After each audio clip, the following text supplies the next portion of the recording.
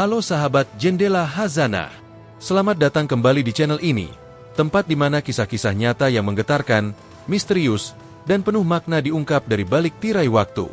Hari ini, kita akan menyelami sebuah kisah yang benar-benar mengundang tanya. Misteri kapal Gianseng di tahun 2006. Kapal tanpa awak di Laut Australia. Sebuah kapal besar, mengambang begitu saja di tengah laut, tanpa satupun awak, tanpa tujuan, tanpa penjelasan yang pasti. Siapa pemiliknya? Kenapa kapal ini bisa terombang-ambing sendirian? Dan yang lebih mengerikan, apa yang sebenarnya terjadi di dalam kapal tersebut? Pertanyaan-pertanyaan itu masih membekas hingga hari ini. Dan jawabannya belum tentu bisa membuatmu tenang. Tulis di kolom komentar ya. Sahabat berasal dari kota mana saja?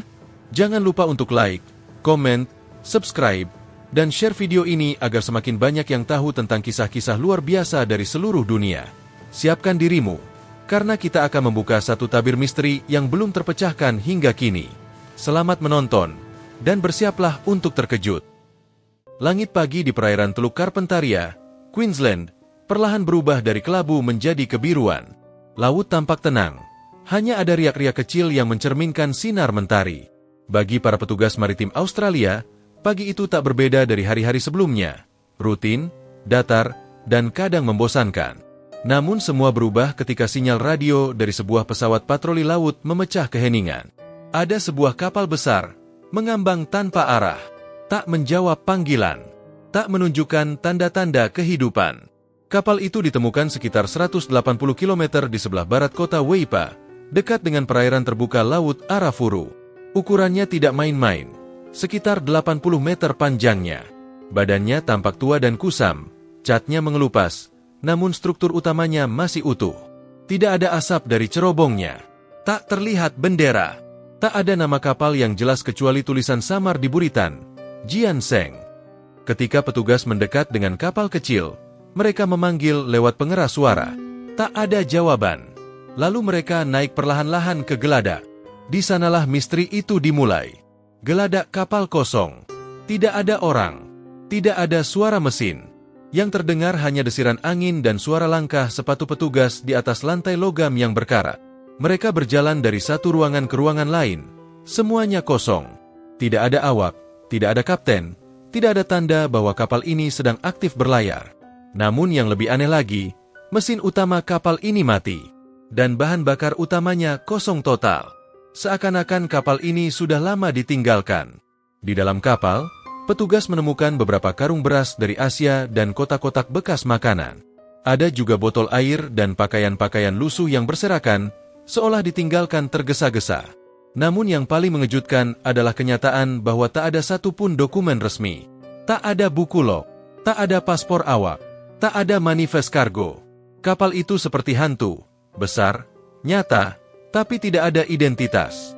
Temuan ini langsung menjadi perhatian besar bagi Australian Customs and Border Protection. Dalam waktu singkat, kawasan itu dijaga ketat. Penyelidikan dimulai. Wartawan berkumpul di dermaga saat kapal itu perlahan ditarik ke pelabuhan. Pertanyaan-pertanyaan mulai muncul di mana-mana. Siapa yang dulu mengendalikan kapal ini? Dari mana asalnya? Kemana perginya para awak? Namun, jawabannya belum datang. Yang ada hanya teori. Beberapa pihak menyebut kapal itu mungkin digunakan untuk penyelundupan, lalu ditinggalkan. Ada juga yang menduga itu kapal bekas, sengaja dibiarkan hanyut sebagai upaya menghindari biaya pembongkaran. Namun, yang membuat para penyelidik tak tenang adalah detail-detail kecil yang tidak masuk akal. Seperti fakta bahwa beberapa pintu di dalam kapal dirantai dari luar. Seperti ada yang sengaja dikunci. Dan juga sisa-sisa cairan merah di lantai salah satu ruang bawah kapal. Meskipun tidak cukup untuk disimpulkan secara pasti, namun cukup untuk menimbulkan rasa tidak nyaman. Petugas forensik dikerahkan. Mereka mengambil sampel dari dinding kapal, pakaian, dan barang-barang pribadi yang tersisa. Beberapa sidik jari ditemukan, namun tak satu pun cocok dengan data internasional. Seakan-akan seluruh identitas kapal dan semua yang pernah ada di dalamnya telah dihapus. Dalam dunia pelayaran, kapal kosong bukanlah hal baru. Banyak kapal nelayan terbengkalai di laut luas. Tapi Gianseng bukan kapal kecil. Ia kapal besar, bertenaga, dan semestinya berawak banyak. Namun semua jejak itu telah lenyap, bagai ditelan ombak dan waktu. Semakin banyak yang diperiksa, semakin sedikit yang bisa dijelaskan. Dalam waktu singkat, publik di Australia, dan bahkan di luar negeri, mulai berspekulasi. Media menyebutnya kapal hantu modern. Forum-forum daring mulai memunculkan teori konspirasi, mulai dari operasi rahasia, perdagangan manusia, hingga eksperimen ilegal. Namun satu pun tak ada yang bisa dibuktikan. Pemerintah hanya mengatakan bahwa ginseng bukan ancaman keamanan, dan kemungkinan besar kapal ini hanyut dari negara tetangga. Tapi bagi mereka yang pertama kali menaikinya, kisah itu tidak sesederhana yang diumumkan.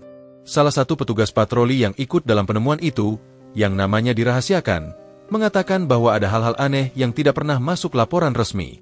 Ia mengaku mencium bau menyengat dari salah satu kabin mesin.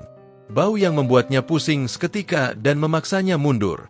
Di ruangan itu, ia juga melihat coretan dinding yang samar, seperti goresan tangan, namun tak bisa terbaca.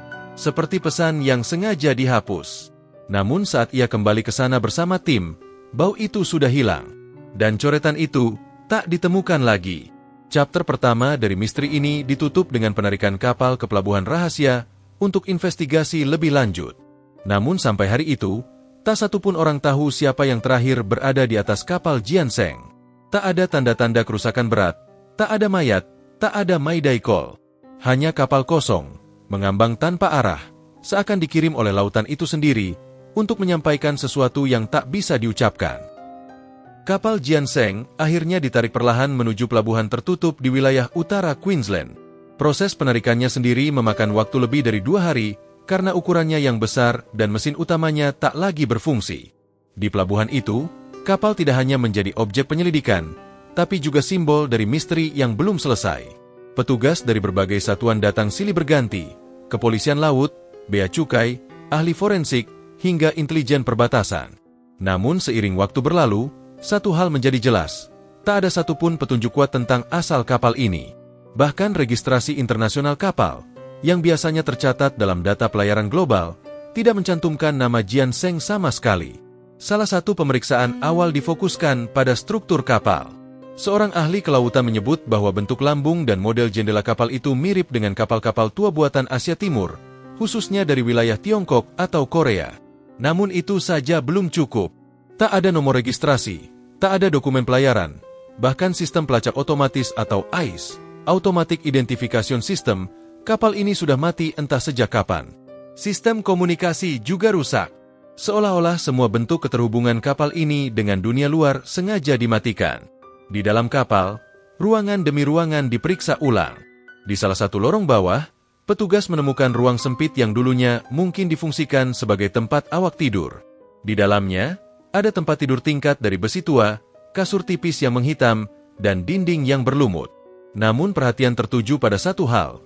Di meja besi dekat dinding, terdapat kaleng kecil berisi potongan kertas, terbakar sebagian. Sebagian tulisan di atasnya masih bisa dibaca, namun menggunakan huruf asing yang sulit dikenali. Ada kemungkinan bahwa kertas-kertas ini adalah halaman dari buku log yang sempat hendak dimusnahkan. Beberapa kata berhasil diterjemahkan. Salah satunya berbunyi, "Tidak ada jalan kembali." Kalimat itu cukup untuk membuat sebagian penyelidik berdiam lama di tempat. Hari berganti. Pemeriksaan terhadap lambung kapal dan mesin menunjukkan satu hal. Ginseng kemungkinan sudah hanyut di laut selama berminggu-minggu, bahkan mungkin berbulan-bulan. Namun struktur lambungnya yang masih utuh membuat semua dugaan itu tidak selaras. Jika kapal ini telah lama mengambang di laut lepas, semestinya ada tanda benturan, tumbukan, atau terdampar. Namun tidak. Kapal itu masih nyaris utuh, seperti baru saja dilepaskan. Beberapa petugas meyakini bahwa ginseng sengaja dilepaskan di tengah laut. Mungkin setelah para awaknya pergi. Atau, mungkin setelah sesuatu yang tidak diinginkan terjadi. Sementara itu, kabar tentang penemuan ini mulai menyebar ke negara-negara tetangga. Tidak ada negara yang mengakui sebagai pemilik kapal. Tidak ada laporan kapal hilang yang cocok dengan deskripsi ginseng. Bahkan pihak berwenang dari Asia Timur tidak menemukan kecocokan antara kapal ini dengan armada kapal mereka. Semua menjadi semakin aneh ketika satu petugas teknis yang memeriksa ruang pendingin di bawah kapal melaporkan penemuan yang tak biasa. Di sudut ruang itu, terdapat bekas seperti garis yang membentuk pola, Seolah ada peti besar atau kontainer yang pernah disimpan lama, lalu ditarik keluar baru-baru ini. Namun tidak ada peti, tidak ada catatan, dan tak ada jejak alat angkut. Petugas itu juga melaporkan bahwa suhu di ruangan tersebut terasa lebih dingin dari ruangan lain, padahal semua sistem pendingin sudah lama mati. Penjelasan logis tidak ditemukan.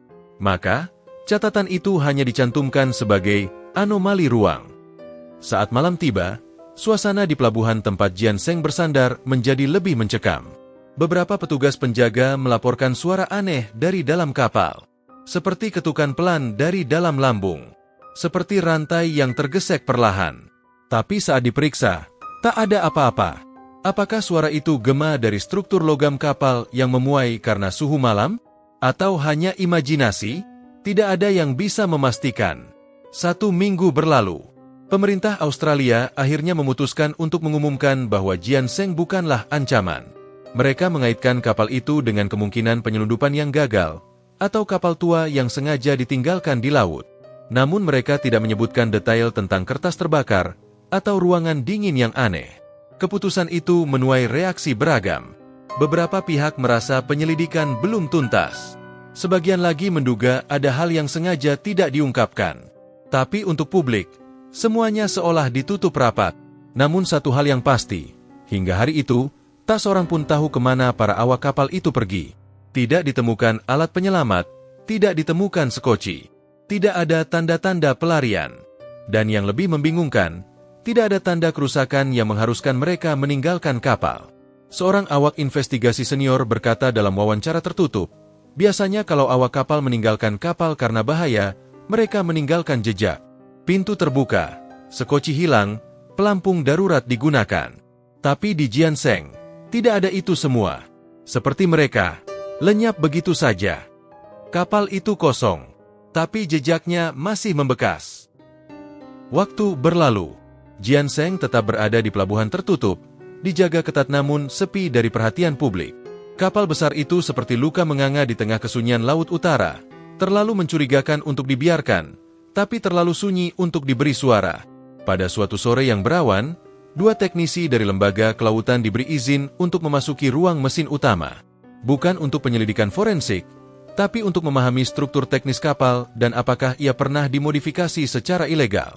Di dunia penyelundupan, banyak kapal tua yang dimodifikasi untuk membawa kargo rahasia, biasanya narkotika, barang selundupan, atau bahkan manusia. Begitu membuka pintu menuju ruang mesin utama, bau logam tua segera menyambut. Cahaya dari senter mereka menyoroti jalur sempit dan tangga curam yang berujung pada ruang raksasa di bawah dek utama. Dinding-dindingnya ditutupi jelaga hitam. Pipa-pipa tua berkarat menjulur ke berbagai arah. Lantai terasa licin karena sisa oli yang sudah mengering. Dan di tengah ruangan, berdiri raksasa sunyi, mesin utama kapal. Mesin diesel besar itu dulunya adalah jantung Jian Seng. Tapi kini, ia tak lebih dari kerangka besi yang membisu. Komponen pentingnya dicopot, seolah ada seseorang yang dengan sengaja menonaktifkannya. Tapi yang lebih mencurigakan adalah jalur pipa bahan bakar yang diputus, lalu disegel ulang dengan kasar. Ada bekas las baru, dan bau aneh yang tercium dari salah satu jalur pipa bawah. Seorang teknisi berlutut dan membuka penutup kecil di bagian dasar mesin. Saat cahaya senter masuk, tampak cairan kental menghitam menggenang di dalamnya. Bukan hanya oli, tapi campuran sesuatu yang tak teridentifikasi. Mereka mengambil sampel untuk diperiksa lebih lanjut. Salah satu dari mereka melangkah ke sudut ruangan, di mana terdapat pintu logam kecil dengan tuas manual.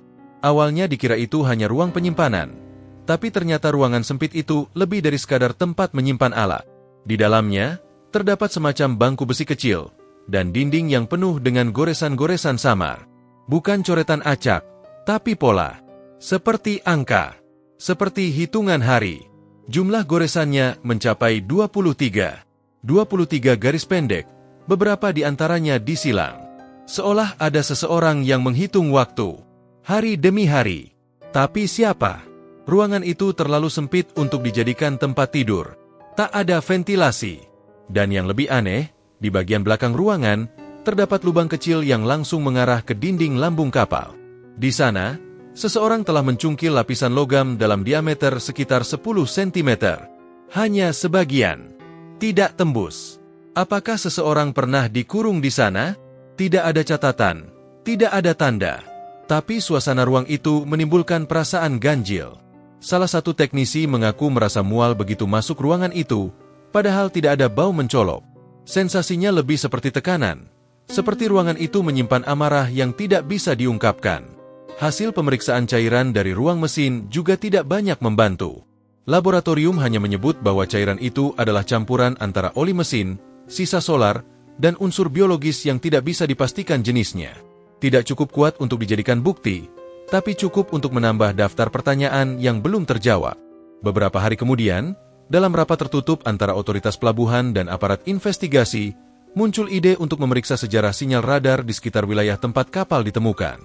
Diharapkan, mungkin ada kapal lain yang pernah berada di sekitar Jianseng sebelum ditemukan. Dari data radar yang diperoleh dari sistem milik negara tetangga, ditemukan anomali. Sekitar 3 minggu sebelum Jianseng ditemukan, ada sebuah kapal lain yang tertangkap radar bergerak sangat dekat dengan titik lokasi Jianseng kemudian ditemukan. Kapal itu tidak terdaftar dalam pelayaran resmi, dan hanya muncul selama 2 jam sebelum sinyalnya hilang. Setelah itu, tidak ada catatan apapun. Data ini mengejutkan. Apakah kapal itu yang membuang Jianseng di tengah laut? Para penyelidik pun mulai menggali kemungkinan bahwa Jianseng bukan hanyut secara alami, tapi disengaja dilepaskan. Seperti barang bukti yang ingin disembunyikan, atau sesuatu yang ingin dijauhkan dari dunia. Seorang analis intelijen menyampaikan dugaan pribadi kepada atasannya. Ia menduga Jianseng digunakan untuk memindahkan sesuatu atau seseorang, mungkin secara rahasia, lalu dilepaskan setelah misi selesai. Ia menghubungkan goresan hitungan hari dan ruang kecil tadi sebagai tempat kurungan darurat. Tapi lagi-lagi, itu hanya dugaan. Tanpa saksi, tanpa identitas, dan tanpa rekaman apapun, semua hanya menjadi bayangan. Jianseng tetap diam. Ia tidak memberi jawaban, tidak mengarahkan, hanya membawa lebih banyak teka-teki yang menghanyutkan. Hari demi hari berlalu, Jianseng tetap bersandar di pelabuhan. Tubuhnya diam namun kisahnya bergolak di balik dinding baja yang karatan. Sebagian orang mulai melupakan kapal itu, menganggapnya sebagai satu dari banyak misteri laut yang takkan pernah dijawab. Tapi bagi segelintir penyelidik, Jianseng adalah seperti bisikan samar dari sesuatu yang belum selesai. Adalah James Heron, seorang analis senior dari Australian Maritime Intelligence Unit, yang merasa cerita Jianseng terlalu rapi untuk jadi kebetulan. Ia sudah menangani berbagai kasus penyelundupan lintas laut, kapal karam, bahkan operasi rahasia. Tapi Jianseng memiliki aura yang berbeda. Ia bukan hanya kapal yang ditinggalkan. Ia adalah kapal yang seolah dibiarkan untuk ditemukan. James kembali menelusuri data yang terlupakan, laporan-laporan lapangan yang nyaris diabaikan, serta catatan log pelabuhan dari berbagai negara Asia selama 3 bulan terakhir sebelum Jianseng ditemukan. Dalam pencariannya, ia menemukan satu nama pelabuhan kecil di wilayah selatan Tiongkok yang pernah melaporkan kehilangan sebuah kapal kargo tua, namun laporan itu dicabut hanya dalam hitungan hari. Kapal itu tidak memiliki nama, hanya disebut sebagai unit pengangkut komoditas. Bersama tim kecilnya, James menelusuri kembali citra satelit dari wilayah tersebut. Ia menemukan bayangan kapal besar yang keluar dari dermaga pada malam hari tanpa lampu navigasi. Citra itu diambil hampir 5 minggu sebelum Jianseng ditemukan mengambang di perairan Australia. Bentuk dan panjang kapal itu sangat mirip. Tapi bukan hanya itu. Dalam sebuah foto citra satelit yang diambil keesokan harinya, tampak perairan di belakang kapal tersebut membentuk pola pusaran kecil. Seperti ada kapal lain yang mengikuti dari kejauhan. James merasa ada yang tidak beres. Ia mencoba menelusuri sinyal AIS di sekitar jalur itu. Hasilnya nihil. Namun saat ia meminta akses ke data sonar perbatasan laut internasional, yang biasanya digunakan untuk mendeteksi kapal selam, ia menemukan sesuatu yang ganjil. Ada bunyi aneh, rekaman suara frekuensi rendah yang ditangkap oleh alat pemantau bawah laut, tak jauh dari lokasi akhir kapal misterius itu. Suara itu terdengar seperti deru mesin, lalu terputus, lalu diam panjang, lalu sebuah gema logam, seperti sesuatu yang terjatuh ke dasar. Mereka menduga saat itu ada benda besar yang ditenggelamkan dengan sengaja. Apakah itu kapal pengikut? Atau sesuatu yang dibuang dari Jianseng? Belum ada jawaban. Tapi yang jelas, kisah ini bukan hanya tentang kapal kosong. Ini tentang jejak yang sengaja disamarkan. Tentang sesuatu yang ingin disembunyikan di tengah samudera. Sementara itu, di pelabuhan, seorang penjaga malam melaporkan sesuatu yang tak biasa. Saat melakukan patroli, ia mengaku mendengar suara dari dalam ginseng. Bukan suara logam berderak seperti biasanya, tapi suara rekaman. Ia mendekat ke lambung kapal dan mendengar samar, seperti potongan kalimat dalam bahasa asing, diulang-ulang dengan nada datar. Petugas teknis dipanggil. Mereka naik ke kapal dan memeriksa sistem internal. Tak ada sumber suara. Tapi saat menyusuri lorong-lorong sempit menuju ruang komunikasi, mereka menemukan sesuatu yang mengejutkan. Sebuah pemutar kaset tua, tersembunyi di balik lemari logam, dengan pita yang sudah setengah meleleh. Meski rusak, mereka berhasil menyelamatkan sebagian isi kasetnya. Rekaman itu diperiksa oleh laboratorium suara. Yang terdengar dalam rekaman hanyalah satu kalimat yang terus diulang dalam bahasa Mandarin. Tidak boleh kembali. Tidak boleh kembali. Dibisikkan berulang, dengan suara lelaki paruh baya. Di akhir rekaman, terdengar suara hentakan. Lalu diam. James terdiam saat mendengarnya. Dalam dunia intelijen, rekaman suara adalah pesan. Dan ini bukan hanya pesan biasa. Ini peringatan.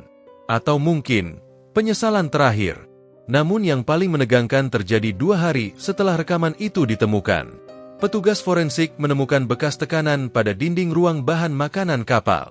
Saat dibongkar, mereka menemukan satu ruang kecil di balik dinding, tidak lebih dari 2 meter persegi. Ruang itu tidak memiliki ventilasi. Di dalamnya, hanya ada 2 benda, senter mati dan satu boneka kecil dari kain lusuh, nyaris hancur karena lembab.